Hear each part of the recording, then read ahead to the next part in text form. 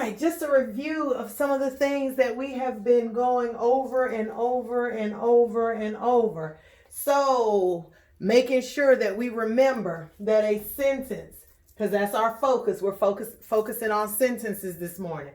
A sentence is a group of words put together to make a complete thought. A group of words put together to make a complete thought. One of the suggestions that I would make parents is when you see their spelling words, have them create sentences using those spelling words. Okay. Now, when they create the sentences, you're going to have to listen very carefully because you want to make sure that if they should have ed on the end of a word, that they do have ed on the end of that word. Or if they should have a s, or if it should be has or had, you want to make sure. What we're noticing is that a lot of the kids, and we're all guilty of it. We think it's cute when they say certain things, but then when they write that on their paper, we discover that it's not really as cute as we thought it was. So please make sure that they are listening that you are listening to them so that you are able to help them write good sentences. We want good sentence writers. Okay, that's one of the things that's very important. We focus on making sure they understand some good sound math concepts, but we also want to help them be great writers. So listen carefully when they give you a sentence. So again, a sentence is a group of words put together to make a complete thought. Have them repeat that back to you a couple times. A group of words put together to make a complete thought. Two things that we always stress about sentences. First, every sentence must begin with a capital letter. Encourage your student not to always start their sentence with I, we, me, mommy, daddy. Let's be a little more creative and not always with the either. The bird is blue. We want to encourage them to think and be creative and use some of these sentences that they use in their everyday talk. So if the spelling word is pink, maybe they could say that is a pretty pink dress, or that the roses are pink. But we don't want that. We don't want every sentence to begin with the and every sentence to begin with I. We want them to expand their vocabulary and expand their thinking. So that's one way that you can help at home. Now, every sentence, again, must begin with a capital letter, and every sentence must end in punctuation. We do not say with a period because they're learning different punctuation. Now, these are the punctuation, of course, that they need to know. A period, an exclamation point, and a question mark. And it's important that you kind of help them understand when a question mark is used. Every sentence does not get a period. So let's look at the sentences I have up here. I have 3 sentences that we're going to go through today. So the first sentence, we're going to look at how we can help them, how we can make that a good sentence. So when I look at it, it says, we went to the store. Now we have to remember the rules or the things that we said every sentence must have. First of all, every sentence must begin with a capital letter. So when I look at this sentence, I already see that there's a problem. I don't have a capital letter. So I have to make it a capital letter. We went to the store. The second thing I want to make sure that I'm looking at is, does my sentence have punctuation at the end? Well, my sentence does not have punctuation. Now, I try to tell the kids, do you want an answer to that? Is that something somebody's supposed to give you an answer to? If not, then it's okay for us to put a period at the end, because I have to make sure that I have punctuation in my sentence. All right. So now we have a capital letter and we have a period. Have them write some sentences. You dictate a sentence to them. Have them write it. Maybe do 4 sentences a day. This will give them an opportunity to practice remembering that it begins with a capital letter, but also remembering that it needs to end with a period. Okay? So that's one piece of that. Number 2, or the second one, it says, do you like pizza? Well, let's look up here. First of all, does it begin with a capital letter? If it does not begin with a capital letter, then I need to fix that. My sentence does not begin with a capital letter, so I need to make it begin with a capital letter. One thing that they'll be learning is something called proofreaders marks. So they would put 3 lines under there to demonstrate that that needs to be capitalized. So I'll put that there so you guys can get used to that. Do you like pizza? Again, I go back to my question.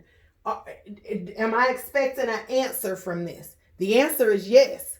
Do you like pizza? I want you to tell me yes, no, or something. I'm expecting an answer. If I'm expecting an answer, I got to see that my punctuation is a question mark. I am asking a question.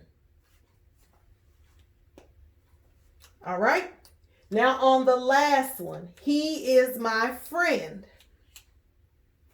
Again, 2 criteria have to be met. Does it begin with a capital letter?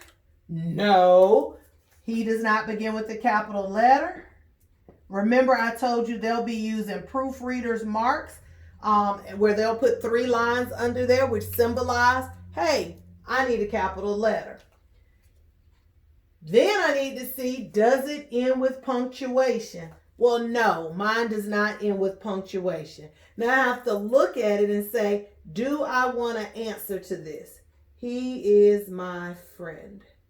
I do not want to answer to that. I'm just making a statement. I'm just telling you something. If I'm just telling you something, it only requires a period. So 3 main things to grab from this. A sentence is a group of words put together to make a complete thought. All sentences must begin with a capital letter and end with punctuation. Now, I'm going to pause it for a minute and then I'm going to come back and go over something else. All right, so now we're going to look at root words. I know that we talk about this with them every day, but there are 3 definitions we want to give you. The root word is the main word. That's the word that is the foundation. A lot of times we tell kids you cannot define a word with using the root word. You gotta go get another word. Okay? But a root word is the main word. A suffix is a letter or group of letters added to the end of a word that enable us to make a new word. And then a prefix is a letter or group of letters added to the beginning of a word in order to enable us to make a new word. Now, if you look at the words, we have running, singer, altogether, faster, makes, and aboard. When we look at these, all of those words, the root word for running is run. The root word for singer is sing. The root word for altogether is together. The root word for makes is make. The root word for aboard is board. And the root word for faster is fast. This is something that is very important for them to know. Give them some words and say, what's the root word? Give them some words and tell them to add a suffix or a prefix to the word. Prefixes sometimes can be a little bit tricky sometimes. But you can always get them to add in a suffix. The suffixes that they do know, ing. The N right there is nothing. That's just a part of the rule. The suffix is ing. Here, the suffix is er. Here, the suffix is er. And here, the suffix is s. And then with aboard and altogether, the prefix a on aboard, and then the prefix al on altogether. These are some things that you guys can create some games to help them kind of cement these things in their mind. So when they get home today, go ahead and let them, I'm sorry, I didn't have a date up here. Go ahead and let them practice this. Let them watch the video. But then you guys, parents, please help us help them be great by going over some of these things with them. There's lots of ways to make it fun, but we got to get this sealed in their brain, because next year when they come back, we have to build on what's already there. So again, we're talking about root words. The root word is the main word. A suffix is a letter or group of letters added to the end of a word to make a new word. And then a prefix is a letter or a group of letters that are added to the beginning of a word to make a new word. We end up with new words all the time by adding suffixes and prefixes to them. The other thing is, even when you have them writing sentences, make sure that they know how to appropriately use make. We don't want them to say, he maked up his bed and put an ED on the end of that. That's not going to work. So this will give you an opportunity to enable them to learn how to make sentences correctly. All right. So enjoy that. Let them watch it, and then you guys help them out.